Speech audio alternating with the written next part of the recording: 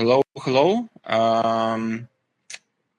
My name is Mikhailo Guboki. I'm development director of Izolyatsia Foundation, and I'm really happy to see you here at our first discussion in frames of data's residency.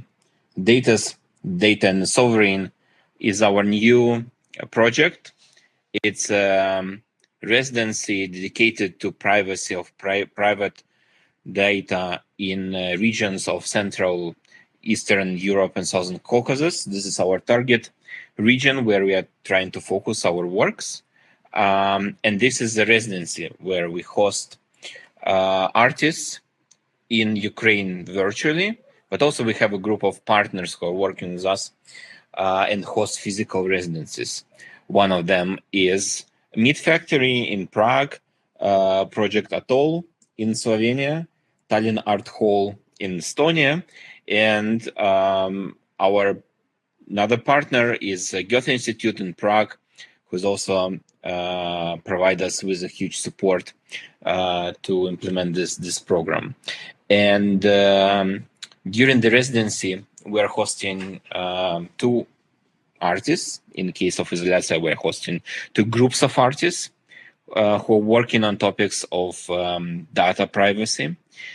And next year, those who will be able to travel to Prague will come and see the exhibition of results of artists' works, which will be presented in the Rudolphinium Gallery. Apart from the residency, we plan to have a public program, discussions, different presentations and talks on the topic of data privacy. And this is the first event.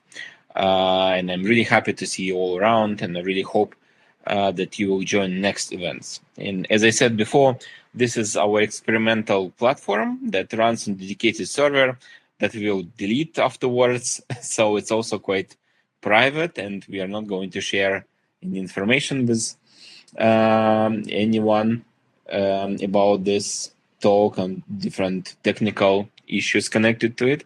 But it might be tricky and glitchy, which I think is also a part of what we are going to talk about.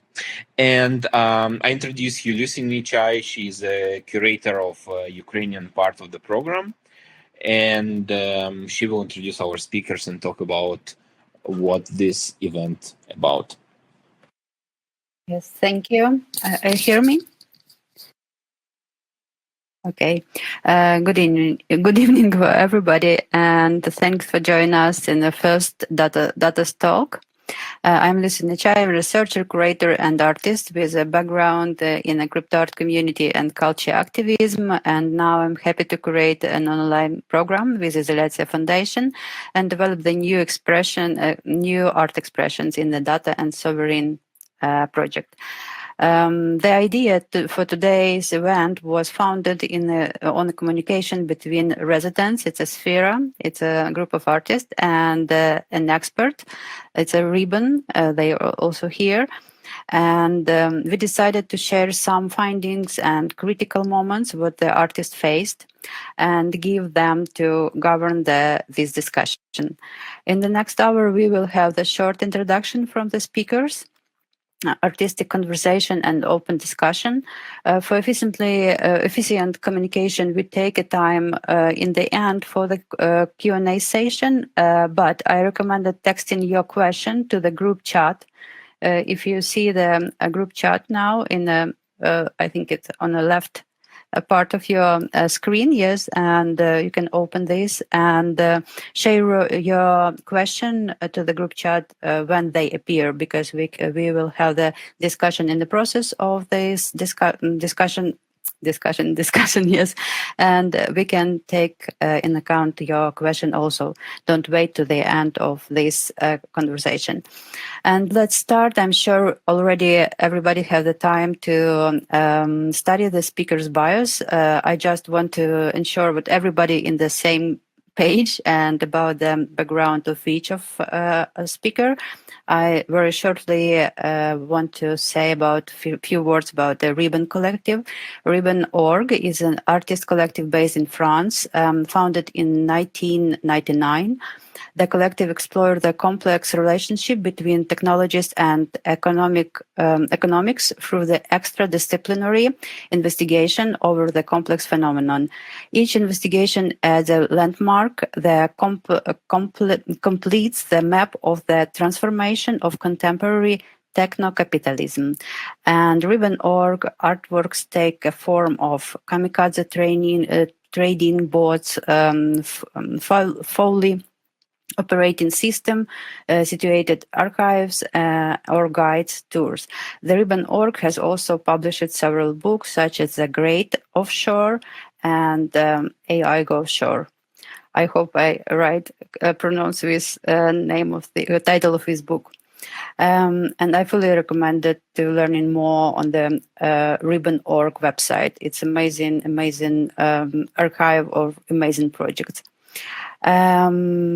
Okay, Sfera Collective, it's our group of residents, like 3 artists.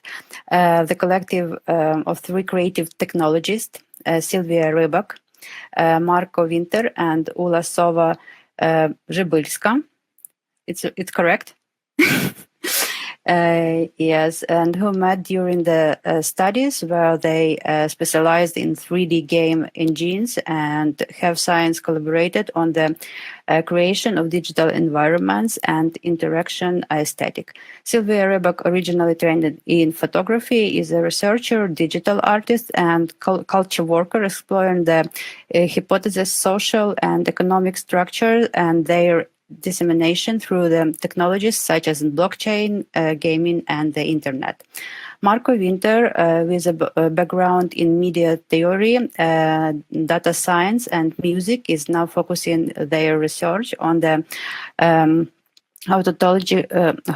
tautological aesthetics in video games. And Ula Sova Żybylska is a visual anthropologist and a XR artist whose immersive documentary practice engages with the social-driven narratives, critical examine structures of power. And we invite Artem Taranowski, a practicing lawyer and computer science data AI enthusiast turned researcher, works at the intersection of law, science, and technology, occasionally venturing into the realm of art. Focuses on rethinking how we live our lives and do what we do in the realm of AI. And I invite the speakers to make the short introduction to the other audience. And Sylvia, Ula, and Marco, could you start, please? Yeah, thank you, Lucy. You already gave a very extensive introduction of us. But yeah, we are all specialized in 3D game engines, and that's basically how we met through our interests. And while our research interests diverge in different directions, we also have come together now to make this project called Anthrome, which is also the project that we're focusing on during this residency. So maybe Marco, if you want to give an introduction of yeah, sure. To it. Yeah, also from me, thank you, Lucy, for the nice introduction. So yeah, the project Anthrome that we are developing as part of the Data's residency is a room-scale audiovisual installation that simulates a hyper-real reactive biosphere. And conceptually, the idea was that this project mirrors libertarian projects of exit, such as privatized cities or privatized islands. Our original idea for this project was the failed Sfera experiment from the 90s, in which on Earth it was attempted to simulate space colonization. And yeah, in the background you can also see a little bit our visuals from the project inspired by this. And one of the, or maybe the most famous issue that the participants faced during this experiment was the very unstable oxygen concentration inside this artificial biodome. And yeah, it resulted in a very different atmosphere than otherwise on Earth. And it had a very intense impact on both the plants and the humans living inside the biodome. And for us, this project was very interesting because it really highlights this unpredictability and fragility of enclosed systems like this biodome, but also like these contemporary libertarian exit projects. So we also want to highlight this fragility in our project as well, in which we work with sensor data, in particular oxygen and carbon dioxide sensor data, which we measure inside the exhibition space. And these sensor readings will leak into the self-contained simulation and will once again show how these enclosed systems are never fully sealed off. Okay, so much for our project. And the topic of today's webinar will also go into the direction of unstable, unpredictable, and noisy data.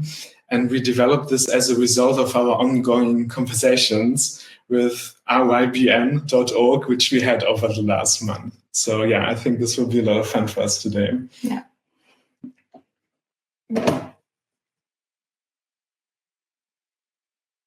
Yes, thank you. And I invite Marika and Kevin to make the introduction. Thank you. Yes. So can you hear us? Yes? Okay. Well, I mean, like you already did the presentation, so I'm not really sure what to say left, but maybe I can try to connect the thematic of the day with our work. So as you said, like RYBN is a collective. We work together since 1999. There is more than the two of us. It's a group of 5 or 6, but it's difficult to all connect at the same time. We are based in France and in Paris and Marseille. And we deal with data since a few years. We started actually like to work with data on a project called anti-data mining in 2005, which is more or less still ongoing because some of the projects are still, let's say like active. We started on this idea of data mining, which changed name a few times. It's not so they call it artificial intelligence, but there was a different names, like different naming, big data and so on. And specifically on this project, we investigated the use of data in markets, on the financial markets, and what is called high frequency trading or algorithmic trading. So in this case, it was a lot of data collecting, creating different databases, and also to, let's say, to train algorithms to recognize and to treat historical data. We work, let's say, with very primitive artificial intelligence forms, what is called a multi-layer perceptron for the people who knows a little bit on the field. And after this project, because it's still active because the projects are active, but we also decided to expand a bit the scope. After this project, we worked on another project called The Great Offshore. And this project mainly was about offshore banking and tax avoidance. And it was also like working with a massive sets of data, like millions actually of data, millions of entry, because we work with the ICIG database, and we try to make actually like what we call ourselves like a psychogeographic GPS. So it's actually like a tool that allows you to actually visit tax haven based on the data collected by the ICIG, and we will talk a little bit of it later. And this project we started in 2017, and it's also still more or less going on because there is always new leaks of data, new source of data, and here it's about like how to deal with existing data, how to curate data, and also how to divert or misuse data. So we'll also try to open the focus a little bit more. And let's say like the last big project we worked on recently was called Human Computers. We started in 2015. It's about digital labor and media archaeology and let's say the origin of artificial intelligence. And right now we are thinking how to connect what is called perma-computing. So like computing that use, let's say, very few resources, very light computing, to to this artificial intelligence. So it's a lot of protocols on how to actually like do artificial intelligence only with paper and pen or matchboxes or things like this. So very, very basic tools. Just with the body and a few extra things. Let's say one project was called telecommuters, and in this project and this we will also like maybe open the scope a little bit at the end. It was a bit how to work with data, but how to work at the very origin of the fabrication of data. And this is also something we will see, like I guess, or we will discuss how are data fabricated, what is the need of manual work, manual human, labor to actually fabricate this data. So and there is different, let's say, position to work with them. Let's say like at the moment of the fabrication or the moment of the annotation, or there is different moments, and each moment actually like has a different tactical or strategical artistic use. So this is the, let's say, and just to finish, to conclude, right now we're working on a project called Capitalism Xit with a very difficult pronunciation. We started 5 years ago, actually, on the invitation of Livia. And the idea is how to transmit data on the next 24,000 years. So, and it's actually quite a challenge because it's very difficult. So we deal with a paradox because data or even technical infrastructure cannot last so long.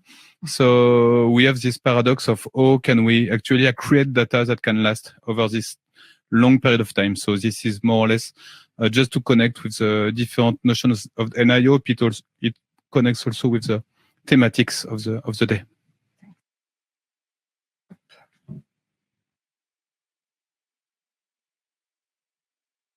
Yes, thank you, and thank you a lot for your introduction. And Artem, welcome to say more words about your practice.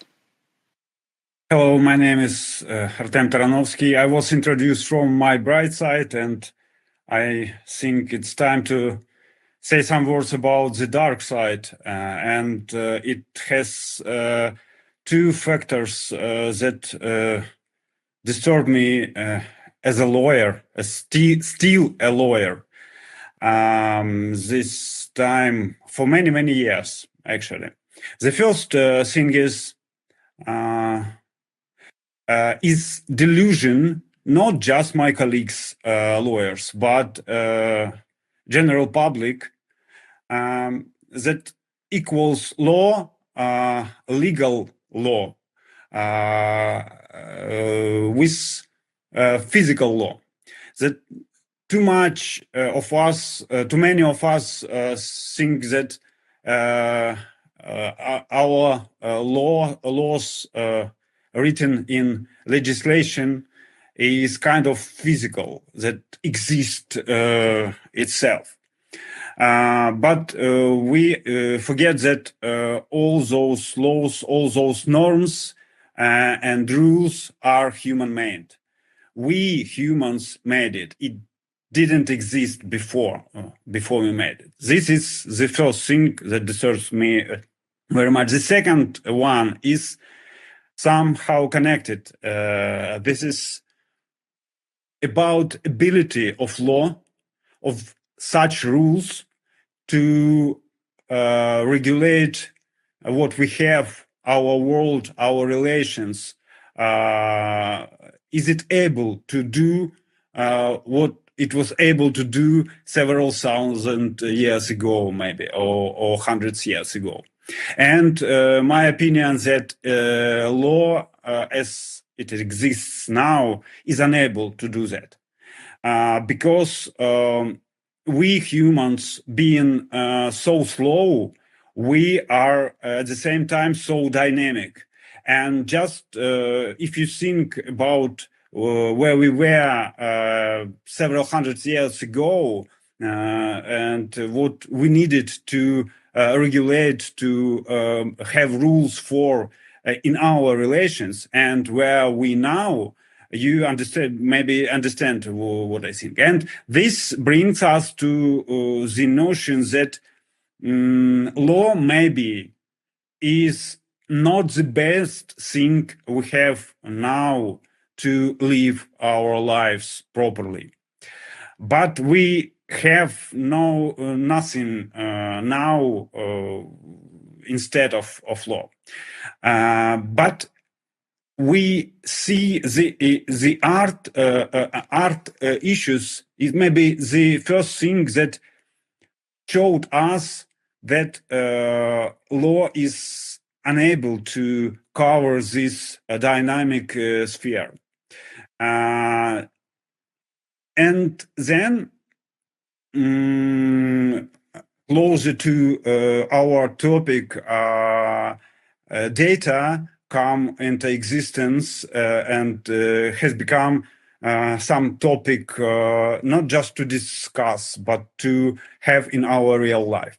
And it became evident that law is unable to cope with this object, with this thing, just like it coped with real estate or some things in our life, even with money. And now we have another new, but maybe even part of our life, I mean, artificial intelligence, AI, and law is again unable to say how exactly it can be regulated. So when you set some rules for humans, you have some points, some buttons to push to make humans meet those requirements. And we are now at the point when AI-aided agents are almost part of our life. And we have no answers, even closer, how to regulate it. With that dark side, I think we could have an interesting view on those topics that you are interested in. Thank you. Okay, thank you, Artem. And now I give a floor for Sfera, and you can start your put your topic, what you want to discuss now, and very welcome. Yeah, thank you, Lucy. Yeah, so maybe starting from the first discussion point that we developed, I can start from giving a bit of context first as to how we kind of reached these questions.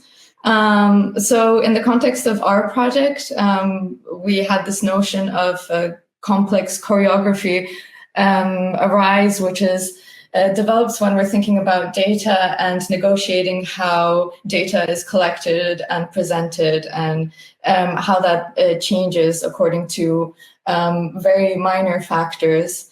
So in particular, I'm referring to a paper by RYBN and Jackson, which was looking at how scientists involved about a project about ecological change. We're taking repeated measurements of a river over a very extended period of time. And even this study itself really showed how maintaining the stability of a data set over time is a very painstaking effort, because there's really so many factors that change that it's hard to say that the data remains this objective source of truth throughout the whole experiment. Because even if they would replace old instruments with new ones, they would face the question of whether they're even measuring the same phenomenon anymore, or does the new tool alter already what's being observed?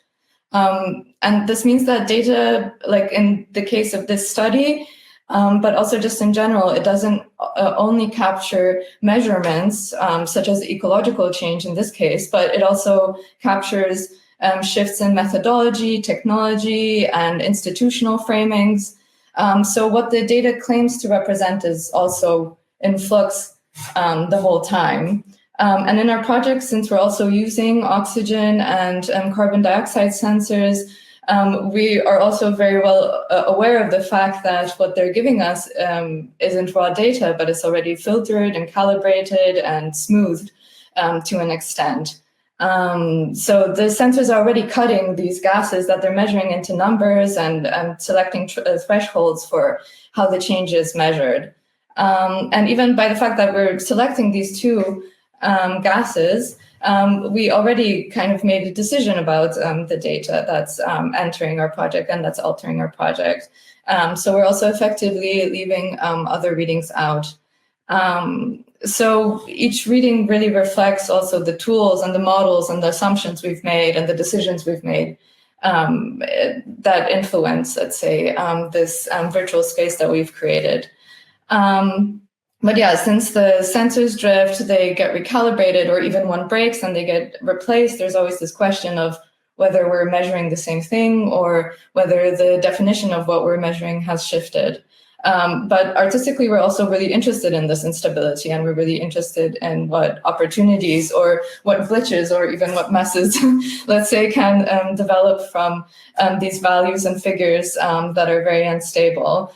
Because beneath this, there is this constant choreography of this interpretation and translation. So I think our question for you, RYBN, is that you also, how do you approach this notion of cooked and raw data? Because your work also often exposes systems that are presented as objective, let's say, in a certain sense. And how does this notion of objectivity or lack of objectivity and rawness and cookedness manifest in your work and in your approach to data in general? Yeah, thank you. Thank you for the question.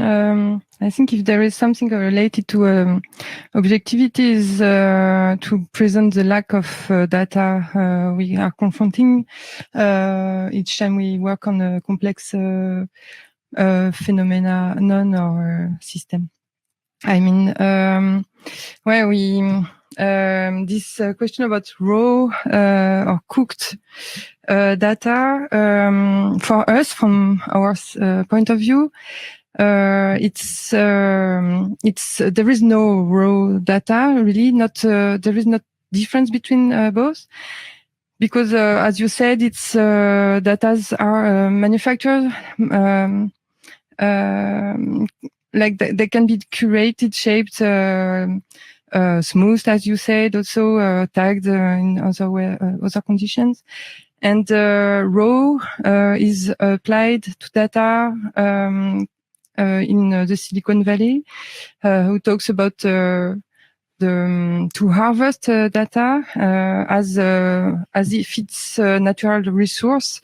So it makes a confusion between on what we are talking about when we talk about data, as they are presented as a fragment of real. So I take a short example, if I have a bit of time, to expand the offshore tour operator we made that Kevin talked about. It's really like a tricky example, because the data we are based on is the offshore leaks database that was published in 2013 by the consortium of journalists, investigative journalists called ICIG, who worked on millions of documents from the offshore leaks, from the different leaks, Panama Papers, Malta files, etc. And they extracted from all these documents like a lot of articles, but also this offshore leaks database, which is which gathers 800,000 addresses with names, entity like individuals or companies, their address, and not much information besides that.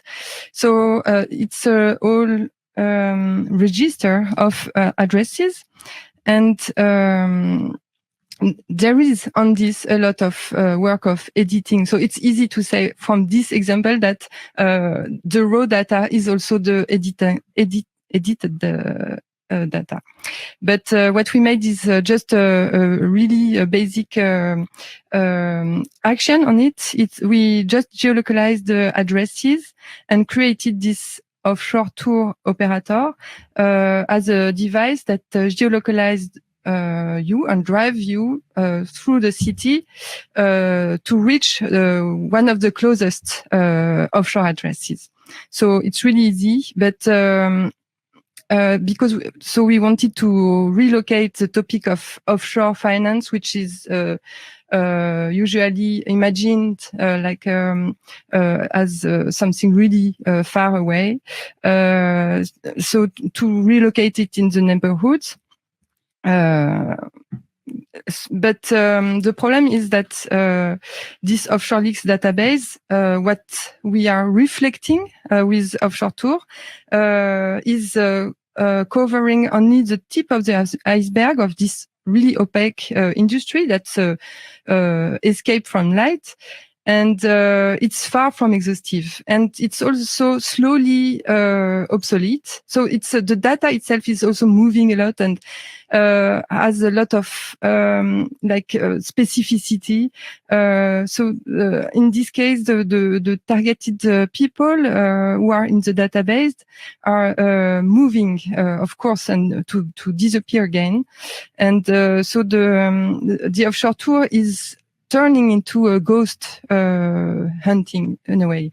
So for us, it makes if I can say it, it makes the job because we always, we do it as a workshop, and we always by starting the workshop reminds to keep a distance with the information, any kind of it, and to reminds to never trust nor information nor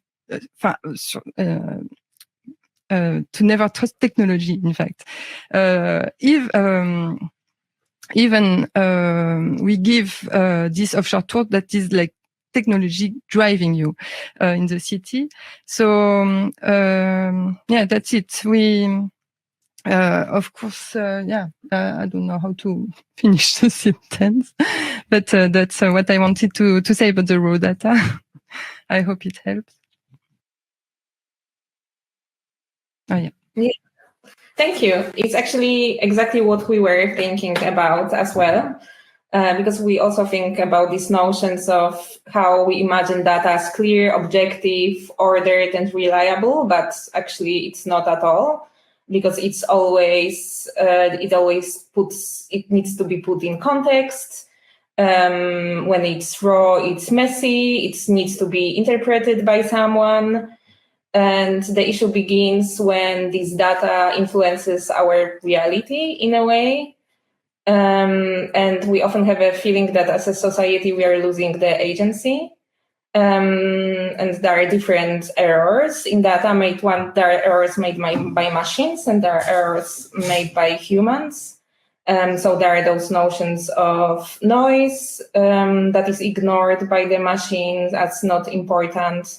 Or there is a data access that is also not calculated in some algorithms, and there are different, the other kind of mistakes made by humans, as you already mentioned. Humans lie in forms and in surveys, so the data we are collecting is already untrue. And this is what we are also trying to play with in our project, in this instability of data. I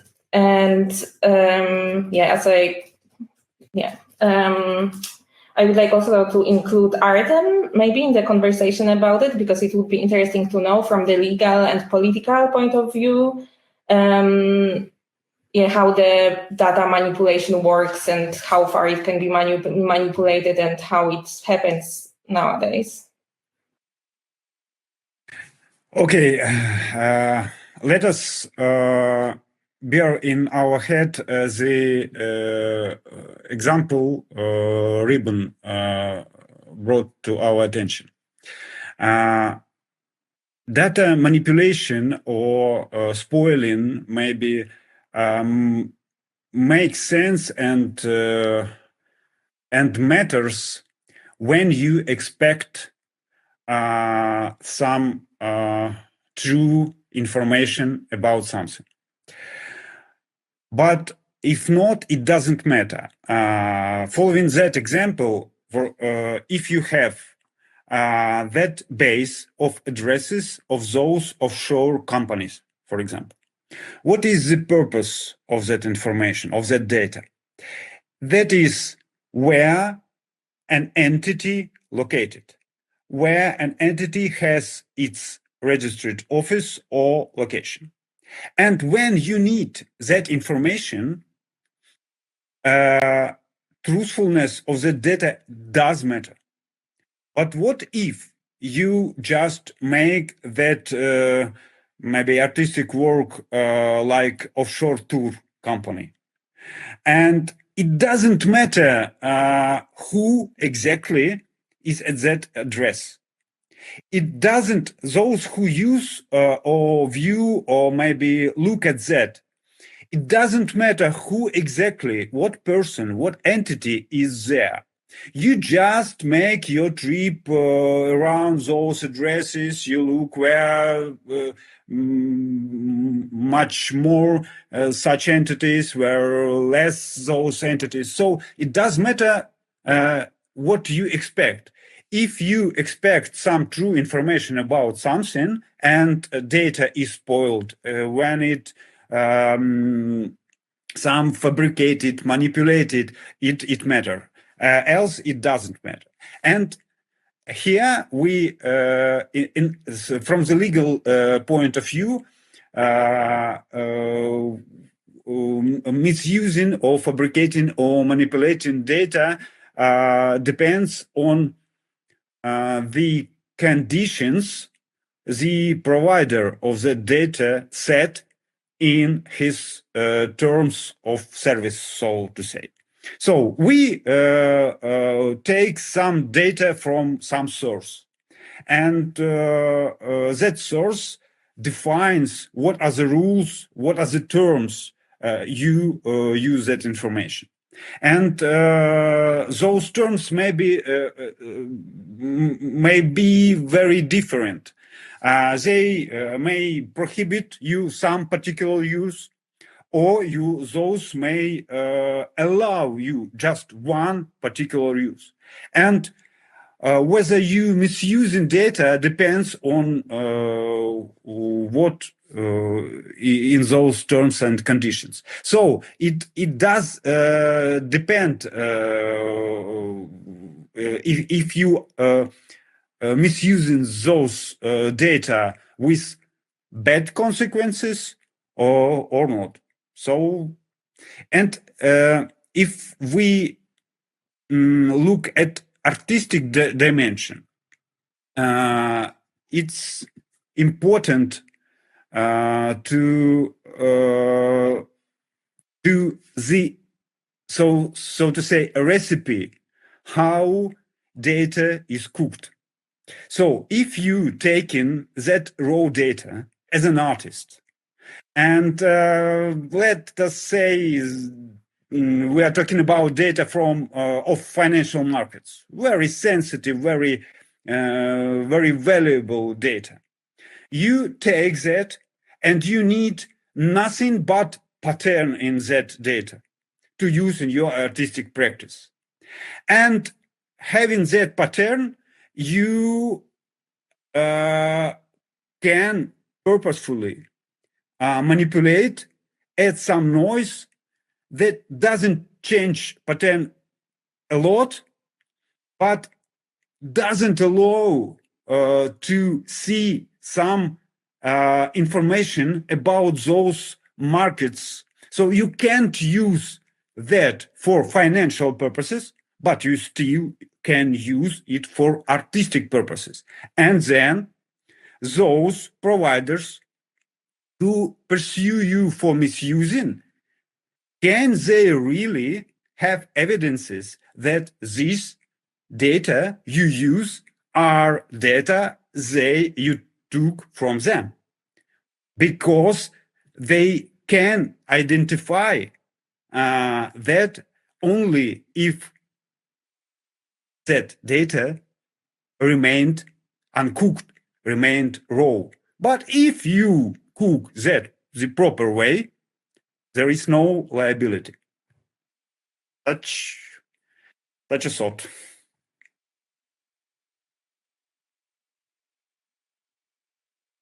Maybe a question, actually, just out of curiosity, because like I didn't know how you approach this, but I would say that the data that you work with, RYBN, is a bit sensitive. Have you ever had like any like issues come out of that, or faced any like limitations when working with the kind of source you were working with? Question to RYBN. Yeah. Yes. No, maybe two things. Maybe to answer first your question. Well, I mean, like working with sensitive data might bring some, like, let's say, sensitive reaction from the data sources where they come from, for sure.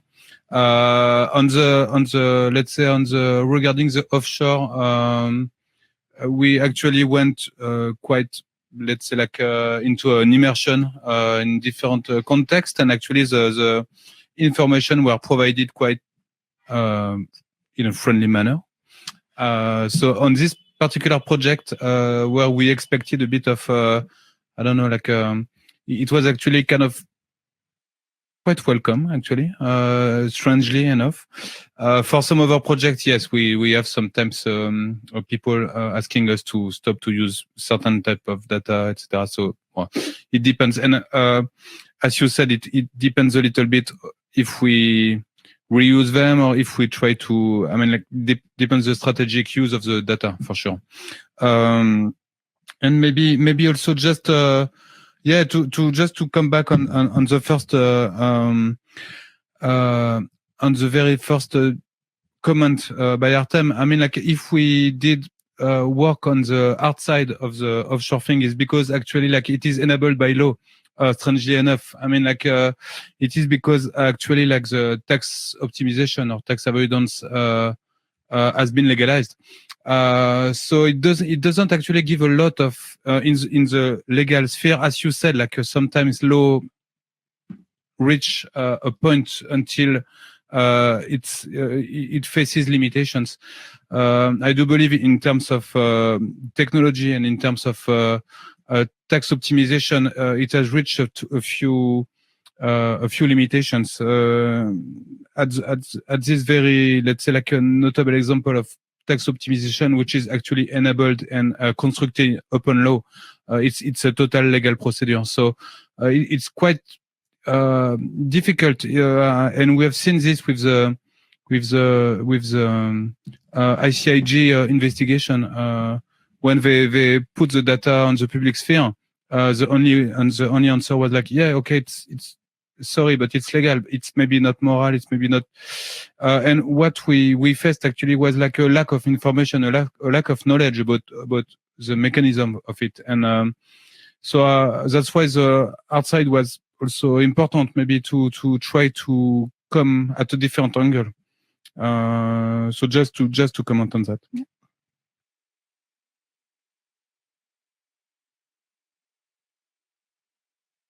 Thank you. I think I will try to switch the topic around a little bit and introduce another discussion point, because in the very first reply by RYBN, there was you mentioned something quite interesting, which was this notion of opaqueness in relation to these human actors, in relation to the offshore data set and how they try to sort of disappear from the data set.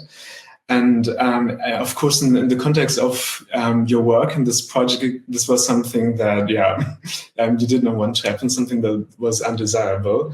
But I think generally also in the context of this residency, we think of this idea of opaqueness as rather something positive, or something that is used by both artists or like other political actors. For example, I read this short essay by Zach Blass in which he coined this term informatic opacity, which basically describes how you can also use noise essentially to make yourself and your data opaque, to disappear in face of surveillance systems. So I think for us it's interesting because it is can different look at what you describe regarding to opaqueness, and it also shows how within something like noisy data there can be this this idea of hidden information hidden behind its primary usage. And another thing that this reminds me of is also steganography, which is this technique in which a hidden message is being placed inside a signal or a file. So for example, from an image, you can reveal another image by just changing the bits of the last 2 bits of a pixel, or an image could emerge from reading the frequency spectrum of an audio file. So there is this intention of hiding some information inside the noise that only becomes visible if you have the right key, sort of, to unlock it. But then there's also this other phenomenon, apophenia, it's so difficult, which is the opposite tendency to see patterns, to see a message in the noise where there actually is nothing. A little bit how we see patterns in clouds, or ghost hunters use radio static to hear the voices of ghosts. So we are really interested in this, in also the context of our project, in this idea of unpredictability, in the sense that from a data set there might be emerge an unpredictable message, and we're also planning to play with this a little bit by, for example, returning to this idea of cooked data, to not only have the CO2 data be exactly representative of the stable state of an atmosphere, and then it recreates a stable visual, but it could be the inverse of that. The stable data reading could create unstable visuals. Or we might introduce some kind of hidden message as well by, for example, introducing some kind of visual micro oscillation that then could be interpreted as a message that was encoded in Morse code, something like that. So we're really trying to have this playful approach to data, to cooking data ourselves, to manipulating ourselves. And the point is, that we're not trying to control it, but instead to really highlight this uncertainty and this multiplicity of messages and meanings that can be found or concealed in data. And the question that we'd like to ask in relation to this is also that when you think about these systems, question to RYBN, the systems that you deal with in your projects, like financial systems, are also oftentimes described as unpredictable. And did you ever approach this kind of volatility directly on as an artistic form in your projects? Or what are your thoughts on this in general? Is something you want to add? No. Okay.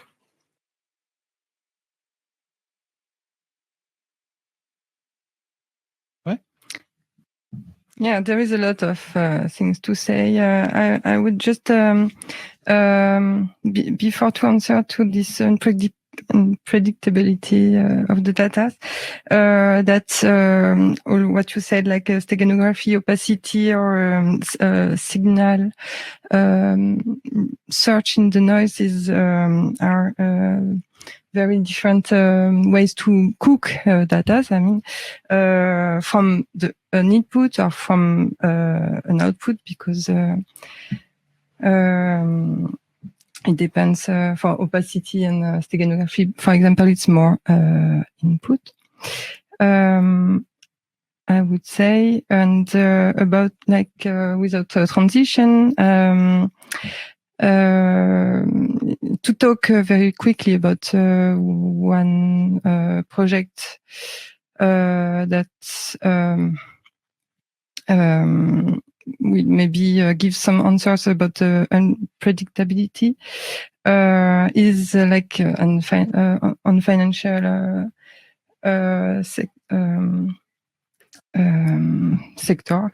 I mean, it's the ADM8, so which is one of the work we did in the anti-data mining series about high-frequency trading, and this was our low-frequency trading bot that we launched in 2011 on the financial markets with a starting amount of $10,000, and it was driven by a neural network to buy and sell autonomously.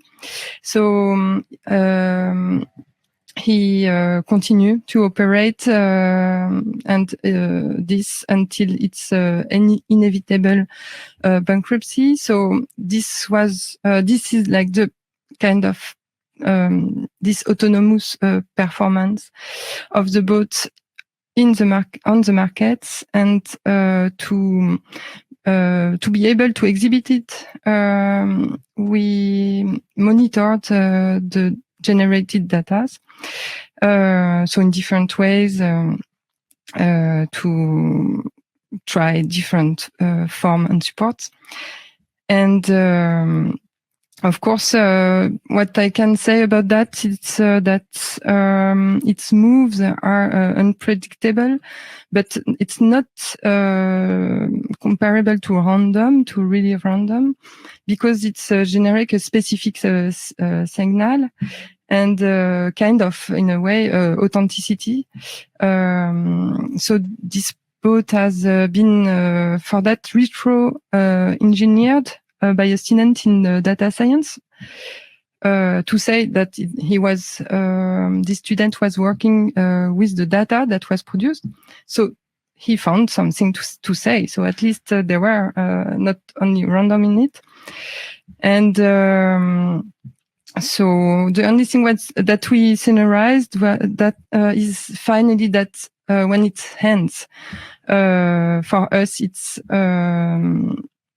where the narrative point is, because it's a kind of anti-market narrative we associated to this the upcoming bankruptcy, but upcoming and inevitable bankruptcy. So that's what I can say. And another additional info maybe about high frequency trading very, very quickly.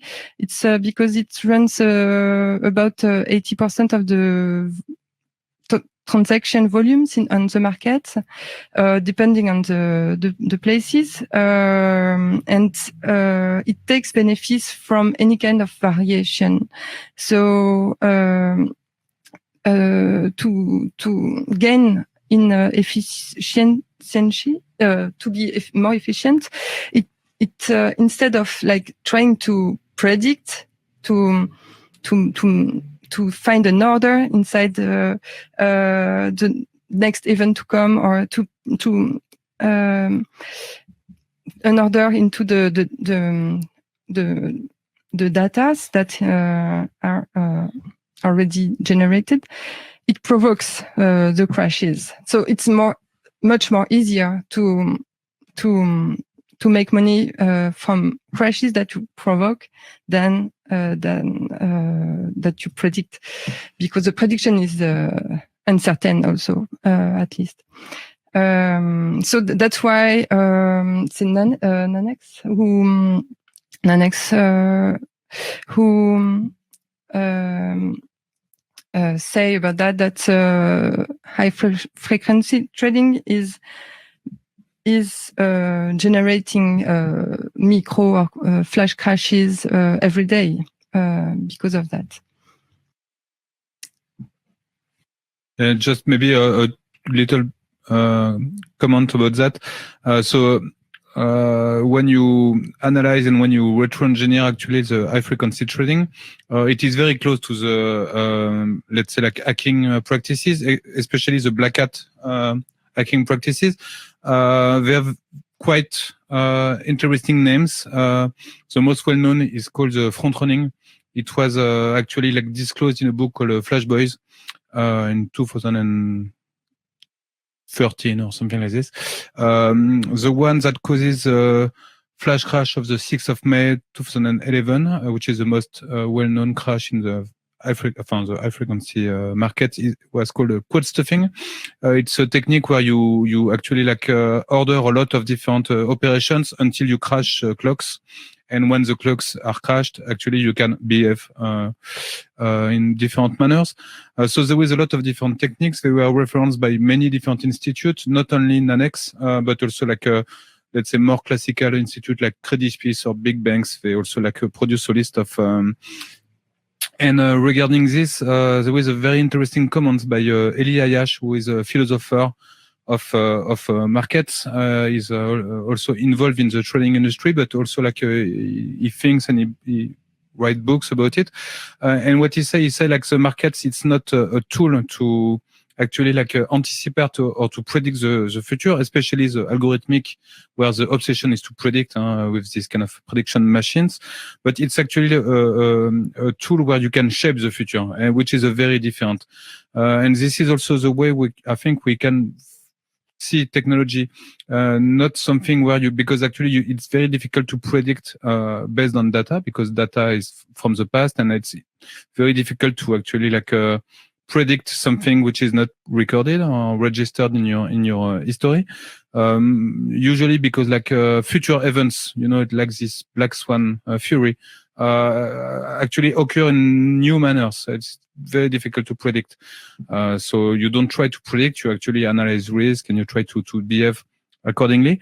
But Eli Ayash, he goes one step further. He says like, yeah, it's a way actually to shape the future. So I think for us, technology has this aspect. It's not about prediction, but usually more about like shaping the future. Yeah, if I may to make two comments. Okay, about opaque data. An interesting point is that maybe it is possible to make data opaque and then using noise. So, in other words, you can noise data, use it that way, and then unnoise. And I think it's technically possible to have such an approach. What's interesting then, you bring that data through some sphere where you need that be opaque, and then have it in its raw state. That's the first thing I want to make a comment. And another one is that it is not that difficult to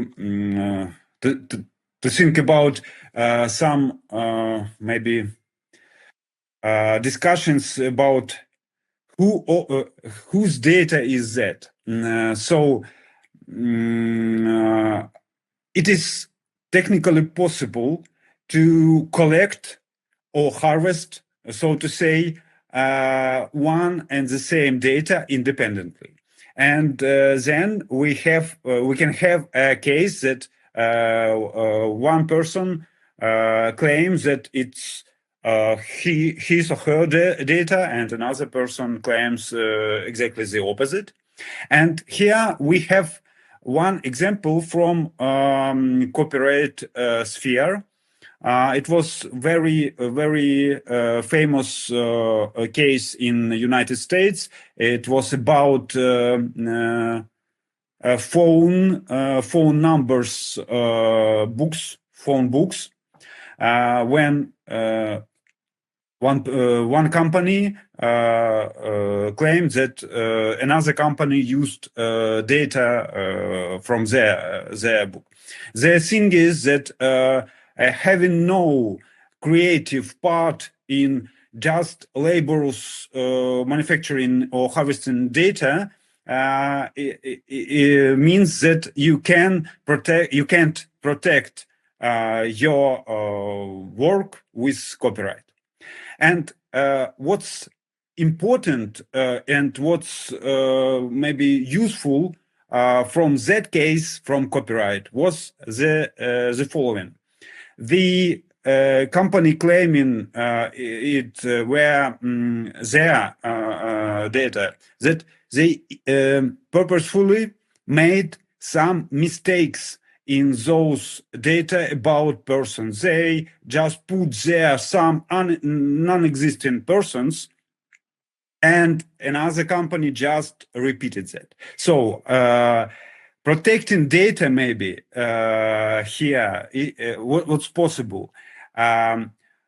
Purposefully putting some pieces of data in your, so to say, data set that allows you further to claim that it's your, because here and here and here are purposefully made mistakes. Just as a comment. Thank you.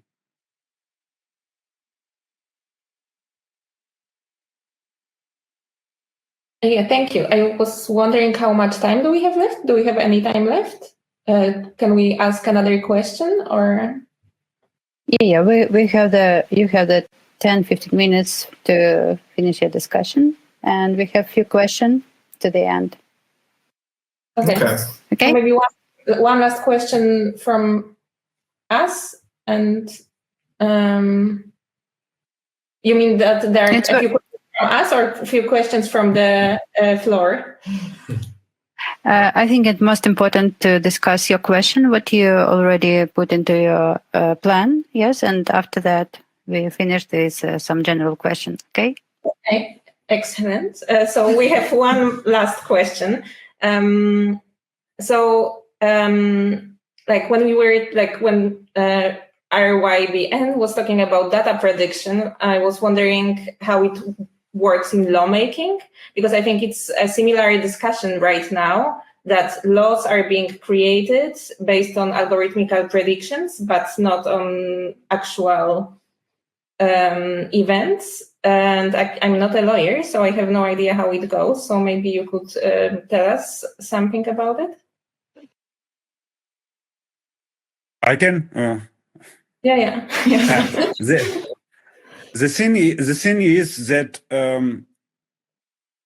not always laws are reactions to some events. And when those MPs write the laws, they just model, make a model what's possible, and they make the model of behavior under such and such circumstances, and those so to say predictions of possible behavior and possible outcomes are limited with what those lawmakers think about what is possible, what's possible, what this or that person can do or cannot do. And it's quite often that our life is much more random, much more unpredictable. And we have in our life some event lawmaker even couldn't think about. So it seems that we the humans, we can't live such lives when appears something that was not unpredicted. And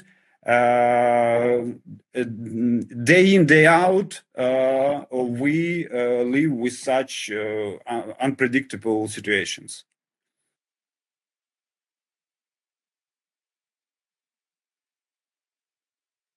Thank you. Thank you. I guess we can move on to questions from the chat, or does anyone still have something to add? We're still happy to hear your thoughts. I just want to ask you if everything what you want to discuss, you already did it, yeah? Yes. Mm-hmm. Okay. Yes. The others? Maybe ask the other speakers if you have anything to add.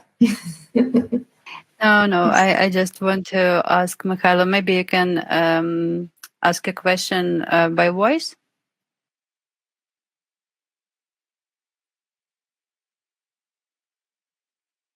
Okay, Well, it's I the think question. Yeah, please. Yeah, I think it's something that had been already discussed, and I time ago.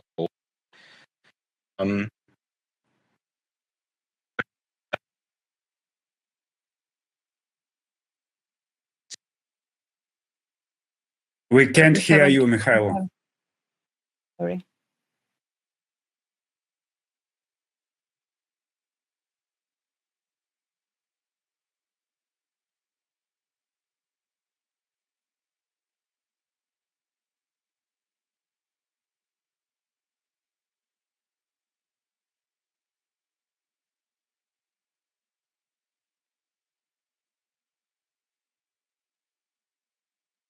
I think just a moment.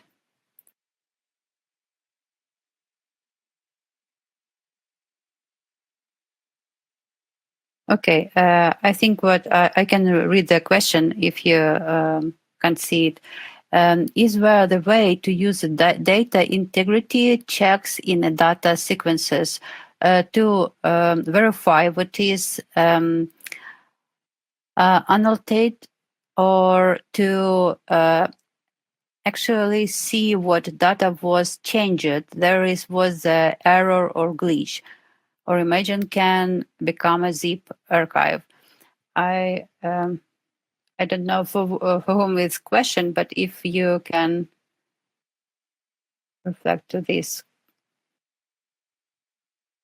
Yeah, I think Artem also already sort of answered this question already, or at least referred to this practice of watermarking digital products essentially. So yeah, this is one area from which I know this, that basically for all kinds of digital products, this is used to create a unique watermark inside the digital product. So for example, when it is reproduced illegally, that it is easy to see from which point on this illegal copy was read. So, for example, in the case of software, this is a common thing. Also, in the case of audio libraries, that just some kind of file is randomly changed for each copy of each commercially sold copy of that product, so that then the original distributor can see what happened to this exact copy. So this is one field of steganography that it's really separate from what I was talking about earlier.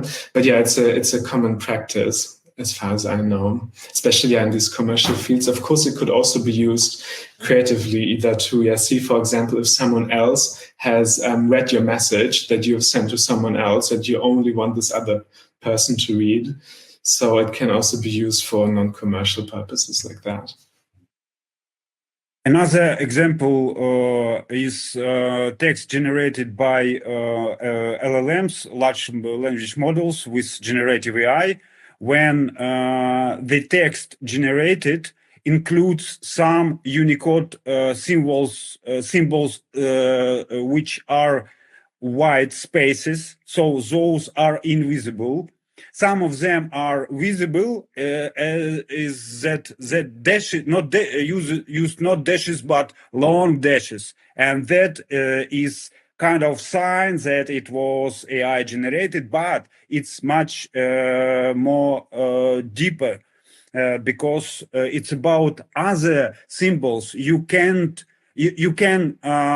detect those just having some program code and check if such and such Unicode symbol is present, being invisible but still present.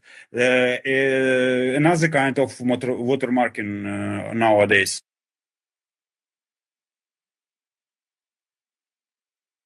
Thank you.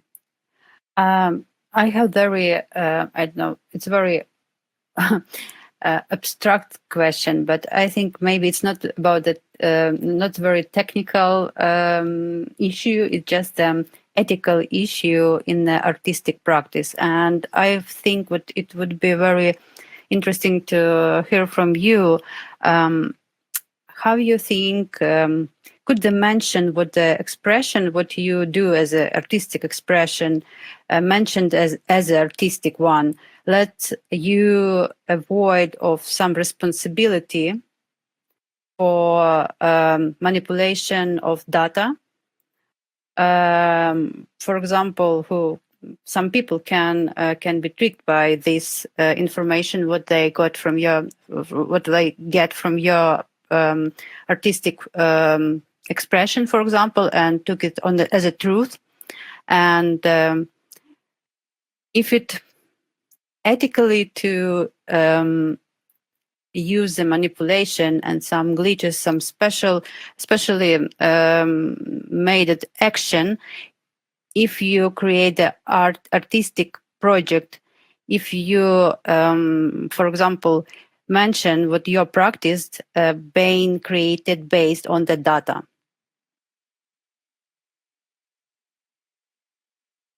Who can to answer? It's for artists. I think it's first, yeah. Yes. I think RYBN can go. They haven't spoken for a while, so. Yeah, you just muted now. Yeah, sorry. Okay. Yes. It's yeah. Thank you for the question about ethics. I think we forgot a bit to talk about data as an industry because we talked about that, but I mean primarily it's data nowadays is like a big industry from that is like mainly oriented to surveillance, we can say. So I would say like all the kind of manipulation or figures we talked about concerning like this data cook from our side, from the side of the artist, is maybe the I would say maybe the most responsible regard to that would be to this question of opacity more than like clarity or more than helping to be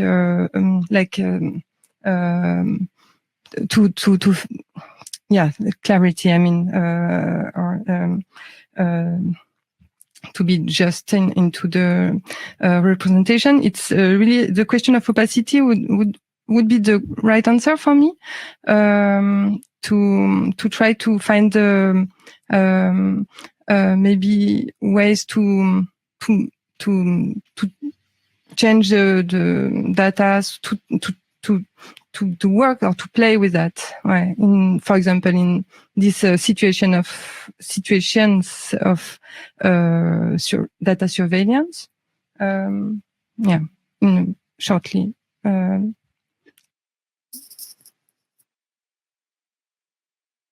Je coupe. Should we also? Please, Artem, if you want. Yeah, Artem, you can go first. My proposition is to look at this another way. Let us say we have no restrictions to make a picture of some part of our reality, of our street, or maybe of a person.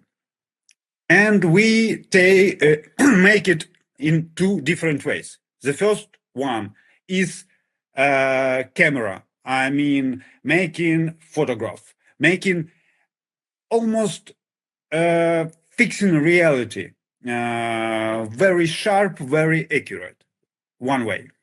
Another way is to depict and make by hand that picture. And that would be very far from the reality, from how it looks with our naked eye.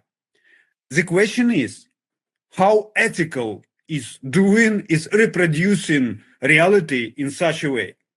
And that is not a question for us. It's absolutely ethical. It I'm an artist. It's my view. And it's not the problem. So when you use data,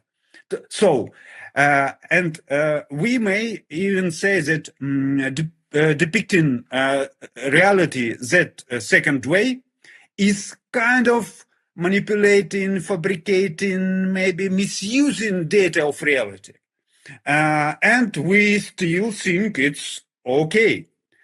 That makes us think about manipulating data. What if, for artistic purposes, we manipulate data in such a way that we reproduce that a little bit different or very different? The same question, is it ethical?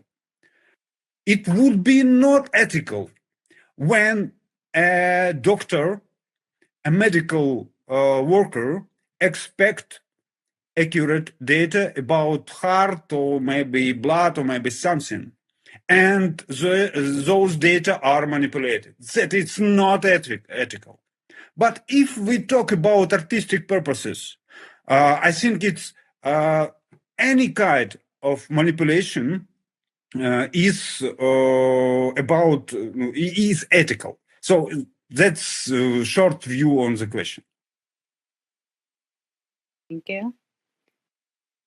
And here, Marco, Silvia, or Ula, maybe you have the comment for that. No, I think we can add right to that, because I think also what you're describing, Artem, is this process of kind of entering this legal gray zone, this kind of zone where things are not so clear anymore. And as we discussed before, regarding to all these also recent developments in regarding data and AI, there's a rather large legal gray zone still, because it's so difficult for the law to catch up. And I think also coming back to our project, this is kind of where we want to be, in this gray zone, as I would like to call it, because what we're using is not really personal data, but it's also not entirely non-personal data, because, of course, the people in the exhibition space in our project, they would be able, just by being there, they would be able to subconsciously influence this atmosphere of the room. But then the question is the atmosphere of a room really personal data? It only becomes personal data if you can reconnect it somehow to the individual. So I think, for us, this is an interesting space to be at, where we maybe do not answer these ethical questions ourselves, but we get to think about them. Yeah. Yes, thank you. I meant what, when you, for example, when you use this like term, what with art based on the data, it means what data for your spectator, for the usual people who come to your exhibition, for example, it meant with something very clear, very understandable. Yes, it's as a science, something what is connected between these terms, and it's could be tricky people when they have some artistic expression, what can give them some not wrong. I mean, not a real picture of the world, what they expect to receive after these words. And if you based your art on the data, maybe it's just not enough articulated in the public discussion about that. What is the data at all? Because now we talk about the data as a different information from the different resources. Yes, it's not just what the cooked when you open any website. Yes, it's absolutely different point of view. And yes, I just want to say what we need to more talk about this topic to clarify the real terms what we use in this kind of artworks. Yes, if somebody has some short question or maybe some reflection to the end of this discussion, I would be very happy to hear this. Yeah, Artem, please. Okay, very short. When we talk about data being accurate, it means that every piece of data is to be accurate. But as far as I understand, art is not about pixel. Art is not about that piece of the work. Art about and artistic creative practices is about the whole, the image, and you then is able to disregard some details, some pieces, they cannot be not accurate enough, and still you have the whole image and the viewers, those your end users of the art, they are approaching you not because of that particular piece and that particular piece being accurate, but because of the main idea, the essence of what you wanted to say, just as a view.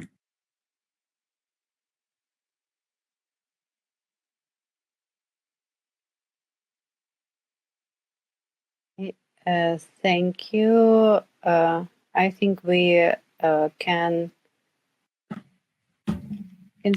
hear you. Yeah, please. Yes. Yeah. Okay. No, I just wanted to make a quite quick comment about also like the relationship between art and law, and especially in this digital ecosystem. So yes, it has been said like we are navigating a kind of a gray zone, and more or less the law is trying also to catch up with some of the innovations and try to regulate or legiferate, or at least try to give some landmarks about how to deal with that. And I would like maybe to acknowledge the contribution of several collectives in the field of art to the field of law. I'm thinking to RYBN and the people from forensic architecture, and what they are doing is actually like they are trying to make some digital information valid for courts. And they are doing a great job since years. And yes, it's about pixel. If you read very carefully, like Eyal Weizman books, is saying like, yes, the definition is one of the most important parameter. For sure, like sometimes it's about the big picture, but details, especially in this field, as we have said, like maybe it's a watermark somewhere hidden in the metadata, and this matters. And I think they are really doing a great job from the field of art to the field of law. And I think this is quite a great contribution because we need this at the moment. And I'm also thinking to another group in Spain called femblock.cat. It's a feminist group. And they try actually like to build some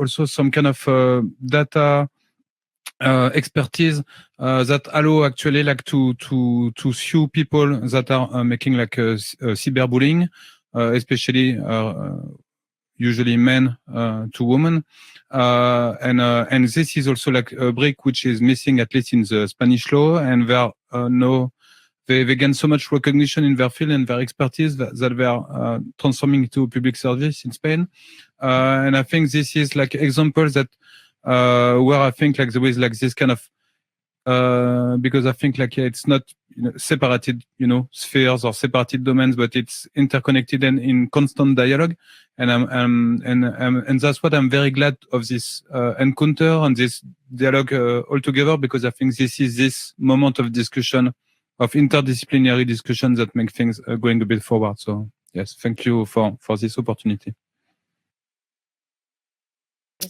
Thank you. Thank you all speakers, Marika, Kevin, Marco, Sylvia, Ula, and Artem.